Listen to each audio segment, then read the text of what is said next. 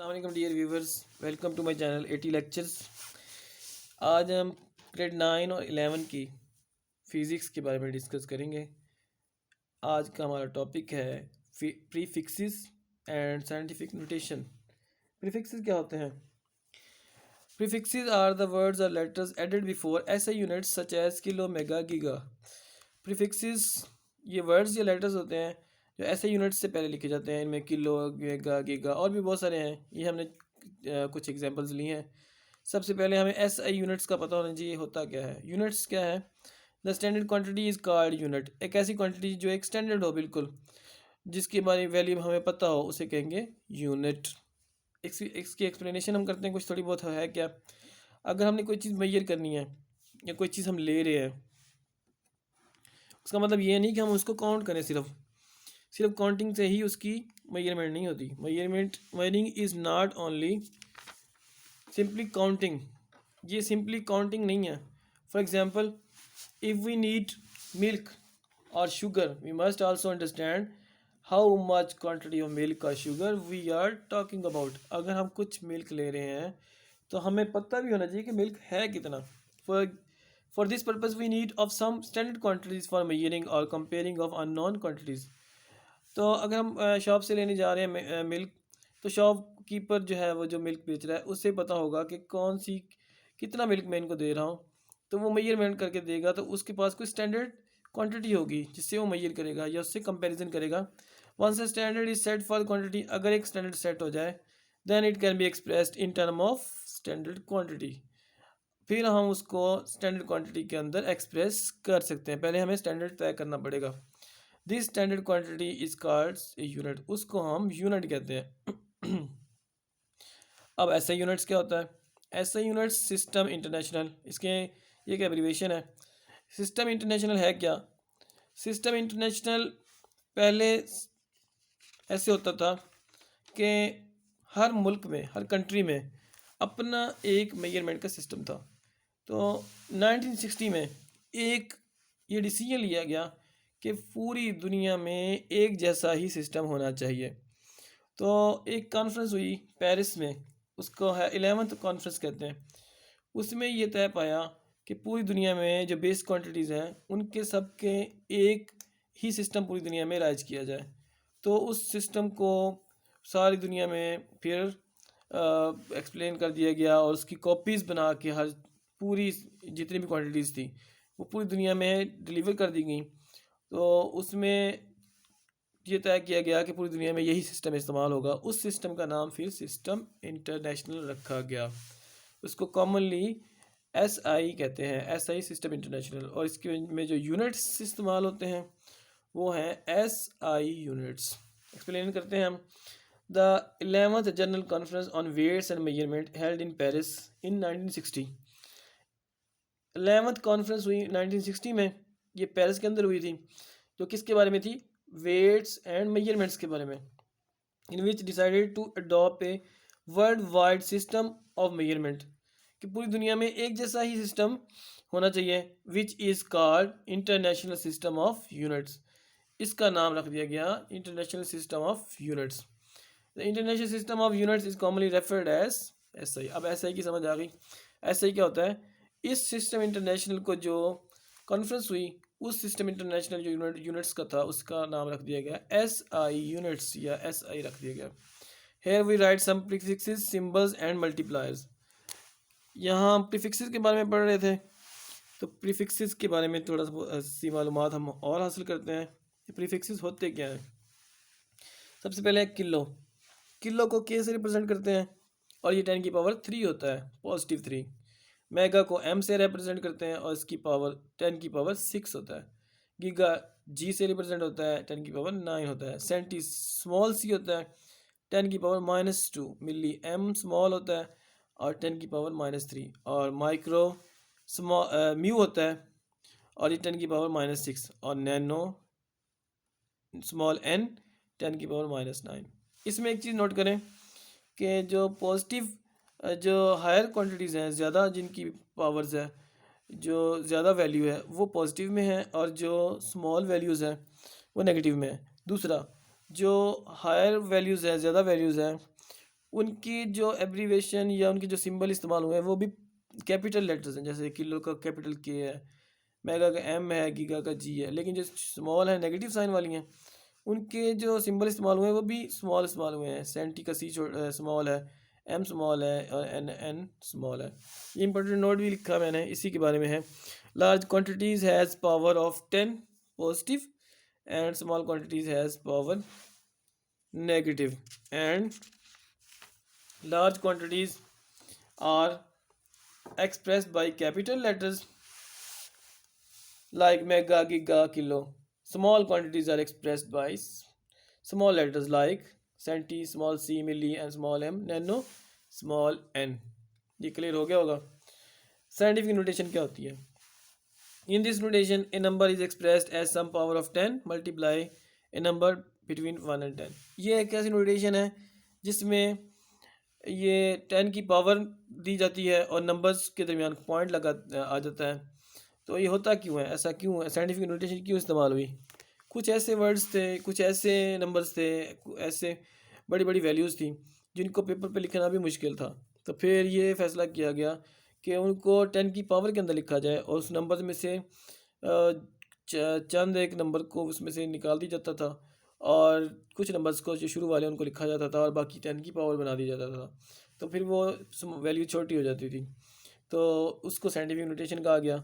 उसमें भी एक स्टैंडर्ड फॉर्म होती है कि फर्स्ट नॉन ज़ीरो नंबर हो, उसके बाद पॉइंट हो और फिर बाकी 10 की पावर हो, तो वो स्टैंडर्ड फॉर्म है। अब हम देखते हैं, फॉर एग्जांपल है 62,750 कैन बी एक्सप्रेस्ड एज। ये 62,750 को हम काफ़ी मेथड से लिख सकते हैं, जैसे 62.75 10 की पावर 3, ये भी ठीक है, और 6.275 10 की पावर 4 और 0.6275 मल्टीप्लाई 10 की पावर 5, ये सारे सही मेथड हैं। All these are correct, but the number that has 1 0 digit before decimal 6.25 10 की power 4 preferred as standard form. मैंने शुरू में बताया, आपको अभी बताया कि राइट साइड लेफ्ट साइड पे एक नॉन ज़ीरो नंबर हो, उसके बाद पॉइंट हो और फिर वो जो बाकी 10 की पावर बन जाए उसे कहते हैं स्टैंडर्ड फॉर्म। तो इसको साइंटिफिक नोटेशन कहते हैं। ये भी साइंटिफिक नोटेशन है, बाकी भी ये 2 पॉइंट के बाद 2 नॉन ज़ीरो नंबर के बाद पॉइंट है, ये भी साइंटिफिक नोटेशन है। और ये कोई नॉन ज़ीरो नंबर ना हो तो फिर भी साइंटिफिक नोटेशन है। लेकिन जो स्टैंडर्ड फॉर्म साइंटिफिक नोटेशन है वो यही है कि लेफ़्ट साइड पे एक एटलीस्ट 1 नॉन ज़ीरो नंबर होना चाहिए। मेरे ख्याल में ये क्लियर हो गया होगा आपको। नेक्स्ट हम पढ़ते हैं, इसकी कुछ एग्जांपल्स करते हैं, इसकी साइंटिफिक नोटेशन की और इसकी कुछ एग्जांपल प्रीफिक्सेस की कुछ एग्जांपल्स करते हैं। तो पहला क्वेश्चन है 5000 ग्राम को एक्सप्रेस करें। तो इसमें से हम 5 को अलग कर लेंगे, 1000 को अलग कर लेंगे और 1000 जो 10 की पावर 3 होता है वो के इक्वल होता है, किलो के इक्वल। तो वो के फिर इसमें 1000 की जगह हम के पुट कर देंगे तो 5 kg आ जाएगा। उसके बाद 2 के साथ 6 जीरोज़ है, तो 6 जीरो जो है ना वो 10 की पावर 6 होता है, मैंने उसको अलग कर दिया। और ये 10 की पावर 6 इक्वल टू मेगा होता है, तो इसकी जगह हम एम पुट कर सकते हैं। 10 के साथ यानी कि 1 के साथ 6 जीरोज़ हैं, उसकी जगह हम 10 की पावर 6 पुट करके एम पुट कर सकते हैं, तो ये बन जाएगा 2 मेगा वाट। नेक्स्ट है 52 मल्टीप्लाई 10 की पावर -10। इसको हमने एक्सप्रेस करना है, सबसे पहले हम के की पावर पुट करनी पड़ेगी। के है क्या, किलो, किलो होता है 10 की पावर 3, वो यहाँ पुट कर दिया मैंने। तो ये बन जाएगा 10 की पावर -10 और ये 3, ये दोनों आपस में प्लस माइनस होंगे तो आंसर आया -7। -7 को अब हमने इसमें लेके जाना है सिंबल के अंदर, प्रीफिक्स के अंदर। तो प्रीफिक्स इसमें -7 को 6 में कन्वर्ट कर सकते हैं, आसानी से हो जाएगा। 6 अलग कर दें, -1 अलग कर दें, तो ये -6 जो होता है वो म्यू के इक्वल होता है, यानी माइक्रो। तो इसकी जगह माइक्रो आ गया और ये 10 पे डिवाइड हो जाएगा फिर, क्योंकि -1 बच गया, इसको 10 पे डिवाइड कर दें 52 को, तो 5.2 माइक्रोग्राम। क्लियर हो गया होगा, समझ आ गया होगा, इजी है। आ गया 225 मल्टीप्लाई 10 की पावर -8 सेकेंड। ये कैसे होगा? इसमें भी ऐसे ही करें, इसमें से माइक्रो अलग हो सकता है और -2 अलग हो सकता है। -6 अलग कर दिया और -2 को मैंने अलग कर दिया। अब हम क्या करेंगे, ये जो -6 है इसको 10 की पावर -6 को म्यू पुट कर सकता हूँ मैं, म्यू, इसकी जगह म्यू लिख दूंगा। और ये जो बाकी -2 पावर है ये पॉजिटिव होगी, नीचे जाके इसको 225 पे डिवाइड किया तो 2.25 और इसकी जगह माइक्रो आ गया, माइक्रो सेकेंड। ये क्लियर हो गया होगा, समझ आ गया होगा। नेक्स्ट हम पढ़ते हैं ये how do prefixes micro, nano and pico relate to each other. ये बहुत इंपॉर्टेंट क्वेश्चन है। ये करते हैं हम कि माइक्रो, नैनो और पिको का आपस में क्या रिलेशनशिप है। तो पहले माइक्रो और नैनो का हम करते हैं। 1 नैनो जो होता है वो 10⁻⁹ होता है। तो -9 में से अगर हम 6 अलग कर लें तो वो माइक्रो बन जाएगा। तो क्योंकि 1 माइक्रो 10⁻⁻6 होता है, तो मैं इसमें से सेपरेट करूँगा, 9 में से 6 अलग कर दूंगा और 3 अलग कर दूंगा। तो ये देखें 10⁻⁻6 अलग कर दिया है, ये नैनो ही, नैनो 9 पावर थी, इसमें से 6 अलग कर दिया, 3 अलग कर दिया। इस 6 की जगह पे मैं माइक्रो पुट कर दूंगा, क्योंकि 10⁻⁻6 इक्वल टू माइक्रो होता है। तो ये बन जाएगा 1 नैनो इक्वल टू 10 की पावर जो बाकी रिमेनिंग था -3 और साथ में इसकी जगह माइक्रो आ गया। क्लियर हो गया होगा। माइक्रो एंड पिको का रिलेशन क्या है, तो पिको ज़्यादा होता है पावर, तो 1 पिको इज इक्वल टू 10⁻⁻12 होता है। तो इसमें भी ऐसे करूँगा कि 6 अलग कर दूंगा माइक्रो के लिए और 6 पावर रहने दूंगा। तो सेपरेट करें, 12 में से 6 अलग और 6 अलग, एक 6 की जगह मैं माइक्रो पुट कर दूंगा। तो ये बन जाएगा 1 pico is equal to 10⁻⁻6 micro. Next question हम करते हैं, इसका आंसर है नैनो एंड पिको का क्या रिलेशनशिप है। तो उसी तरह पिको 10⁻⁻12 है, तो नैनो के लिए कन्वर्ट करने के लिए हम इसको 9 अलग कर देंगे और 3 को अलग कर देंगे। तो 10⁻�9 की जगह मैं नैनो पुट कर दूंगा और 10⁻3 वैसे ही रहेगा। तो ये 10⁻3 नैनो बन जाएगा 1 पिको इक्वल टू। तो ये रिलेशनशिप हो गया।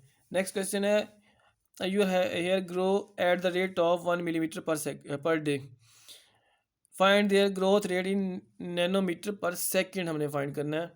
यानी कि 1 मिलीमीटर एक दिन में होता है अगर आपकी हेयर की ग्रोथ, तो उसको नैनोमीटर पर सेकंड में कैसे हम कन्वर्ट कर सकते हैं, कैसे चेंज कर सकते हैं।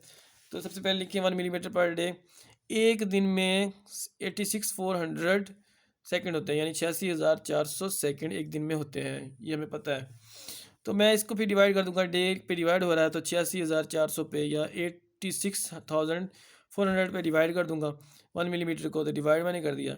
तो ये जब डिवाइड किया तो यहाँ पे था मिलीमीटर, मिली की जगह पे मैं 10⁻³ पुट कर दूंगा। ये इसकी जगह पे m, छोटे स्मॉल m की जगह पे 10⁻³ पुट कर दिया और ये 86,400 वैसे ही लिखा हुआ है। अभी ये जो m स्मॉल है उसकी जगह पे 10⁻³ पुट किया। अब 1 डिवाइड बाई 86,400 जब डिवाइड किया तो उसका आंसर कुछ इस तरह का आया, 0.0040 जीरोज़ आए और 1157 आया। और ये 10⁻³ वैसे ही एज इट इज़ लिखा हुआ है। अब क्या करेंगे, ये पॉइंट हम मूव कर लेंगे यहाँ तक इस तरफ, क्योंकि हमें इसको 9 बनाना है। 9 होता है नैनो, ये पर सेकंड भी है, मीटर पर सेकंड भी है, तो ये इसको 9 बनाना है। तो इधर से अगर मैं हम 6 में नंबर्स ले आऊँ 10⁻⁻6 तो ये 9 बन जाएगा। तो अब काउंट करें 1 2 3 4 5 6, यहाँ पे आएगा पॉइंट 11 के बाद, तो ये -6 10 की पावर बन जाएगा। तो इसके अंदर जब ऐड होगा तो -9 बन जाएगा, तो वो नैनो के इक्वल होता है। ये मैंने आगे हल किया हुआ है, तो वो मैंने उसको आगे राइट भी कर दिया आपकी आसानी के लिए। Now we move point to right side which will increase 10 power in negative for each place. हर प्लेस पे मैंने आपको बता दिया है किस तरह वो हर प्लेस पे पावर को बढ़ाएगा। तो ग्रोथ रेट हो गया 11.57 10⁻⁻6, क्योंकि 6 डिजिट हम इधर मूव किया पॉइंट को तो -6 आ गया, 3 पहले ही था, 6 + 3 इकट्ठा किया तो 9 बन गया और 9 होता है नैनो। ये देखें, we know that 10⁻⁹ equal to nano. इस 9 की जगह मैं नैनो पुट कर दूंगा फिर यहाँ पे ही, तो ये बन जाएगा 11.56 57, ये नैनो, इसकी जगह नैनो आ गया और ये मीटर वैसे का वैसे आ गया पर सेकंड। तो ये चेंज हो गया, ये आंसर है 11.56 57 10 पावर नैनोमीटर पर सेकंड। नेक्स्ट क्वेश्चन है कि इसको चेंज करना है हमने, right the following in standard form. इसको स्टैंडर्ड फॉर्म में हमने कैसे चेंज करना है, तो ये दिया हुआ है 1186 × 10⁻⁻27 है, तो स्टैंडर्ड फॉर्म के लिए एक नॉन ज़ीरो नंबर होना चाहिए पॉइंट से पहले, बाकी सारी 10 की पावर ही होनी चाहिए। तो जिस नंबर्स के अंदर जो क्वांटिटी अगर दी हो या कोई नंबर दिया हो उसमें अगर पॉइंट नज़र ना आए तो उसके राइट एक्सट्रीम राइट पे पॉइंट होता है। यहाँ पे 8 से पहले पॉइंट मौजूद है, तो इस पॉइंट को मैं जब राइट से लेफ़्ट मूव करूँगा, जो ही पॉइंट को राइट से लेफ़्ट मूव करते हैं तो पावर पॉजिटिव प्लस होती है। तो मैं इधर से पॉइंट इधर मूव करूँगा, कितनी पोजीशन, 1 पोजीशन, 1 2 3 पोजीशन मूव करूँगा तो 10 की पावर 3 पॉजिटिव मूव होगी। तो इसको मैं लिखता हूँ, ये आ जाएगा 11 1.168 10 की पावर पॉजिटिव 3 मूव होगी, पॉजिटिव 3। और ये 10 की पावर -27 तो पहले ही था। अब ये जब इससे माइनस होगा 20, क्योंकि ये पॉजिटिव है ये नेगेटिव है, तो पॉजिटिव में से नेगेटिव माइनस हो जाएगा, प्लस माइनस माइनस होता है, तो माइनस का 24 बच जाएगा। तो अगर मैं एक स्टेप और इसमें लिख दूँ 1.168 मल्टीप्लाई 10 की पावर 3 -27, तो ये 24 हो जाएगा। 1.168 इंटू 10 की पावर -24। क्लियर हो गया होगा, समझ आ गया होगा। नेक्स्ट है, इसको स्टैंडर्ड फॉर्म में चेंज करना है, 32 मल्टीप्लाई 10 की पावर 5। तो इसमें भी वही सिस्टम लगेगा जो यहाँ पे लगा था, कि जहाँ पे जिसमें पॉइंट नंबर में नहीं होता उसके एक्सट्रीम राइट पे पॉइंट होता है। यहाँ पे पॉइंट है 32.0 है असल में ये। तो इस पॉइंट को मैं सिर्फ एक ही नंबर, एक ही डिजिट मूव करूँगा। क्यों? क्योंकि साइंटिफिक जो स्टैंडर्ड फॉर्म होती है उसमें एक नंबर नॉन ज़ीरो होना चाहिए पॉइंट से पहले। तो फिर अगर मैं एक पॉइंट मूव करूँगा तो 10 की पावर 1 प्लस होगी, इसमें इक्वल टू हो जाएगा 3.2 10 की पावर, ये 1 आ गया और ये 10 की पावर 5 पहले ही था। तो इन दोनों पॉजिटिव है तो प्लस हो जाएंगे, तो ये बन जाएगा 3.2 इंटू 10 की पावर 1 प्लस 5, ये हमें देगा 3.2 मल्टीप्लाई 10 की पावर 6। तो ये क्लियर हो गया होगा, ये स्टैंडर्ड फॉर्म है इसकी। नेक्स्ट हम आगे देखते हैं कुछ और क्वेश्चंस। ये 725 है, 10 की पावर -5 है, तो इसको भी हमने स्टैंडर्ड फॉर्म में ही कन्वर्ट करना है। तो बहुत इजी है, तो इसका पॉइंट वही 5 से पहले है, तो इसको 2 प्लेसेस हमने मूव करना है, तो पॉजिटिव 2 इसमें हम राइट कर देंगे। 10 की पावर 7.25 10 की पावर पॉजिटिव 2, ये पॉइंट मूव किया हमने, मल्टीप्लाई 10 की पावर ये -5 पहले ही था, तो यहाँ पे केजी लिखा हुआ, ये केजी ही रहने दें। इन पावर्स को इकट्ठा कर दें आप, 7.25 10 की पावर 2 - 5 केजी। यहाँ तक समझ आ गया होगा। 7.25 10 की पावर -3 केजी।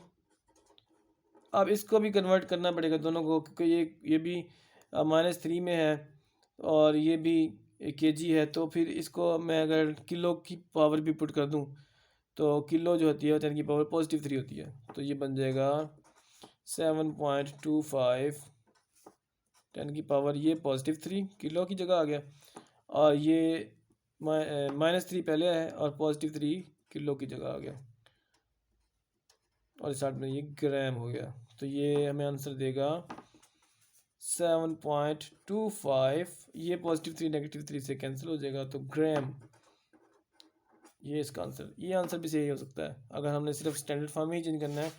तो 7.25 10 की पावर -3 केजी भी ठीक है आंसर, लेकिन क्योंकि वो -3 है और आगे फिर एक और के मौजूद है, तो वो के आपस में कैंसिल हो सकते हैं, इसलिए मैंने उसकी वैल्यू पुट करके उसको ग्राम में कन्वर्ट कर दिया। तो ये क्लियर हो गया होगा। अगर केजी में आंसर चाहिए तो ये आंसर भी ठीक है। नेक्स्ट क्वेश्चन है 0.02 10 की पावर -8, इसको हमने कैसे हल करना है।